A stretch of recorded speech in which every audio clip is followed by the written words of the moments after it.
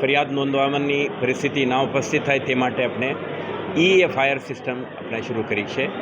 તે માધ્યમથી લોકો જ્યારે આવા બનાવો બનતા હોય છે તો FIR નોંધાતા હોય છે.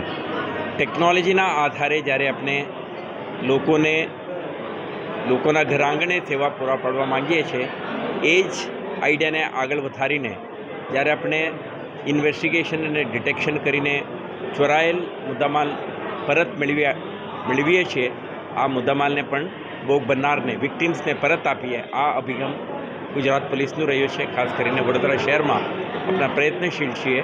દરેક કેસ ડિટેક્ટ થાય અને ભોગ બનનારને આ પરત આપવામાં આવે.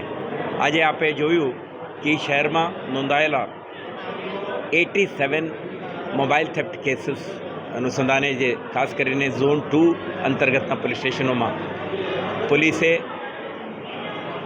કેસ નોંધી પ્રયાસ કરી એક ટેકનોલોજીના માધ્યમથી આજે આ મોબાઈલ ફોન પરત મેળવવામાં સફળ થયા છે. અને આજના આ કાર્યક્રમમાં ભોગ બનનાર નાગરિકોને એક મંચ ઉપર લાવીને આપણે આને પરત પણ આપી દીધા છે.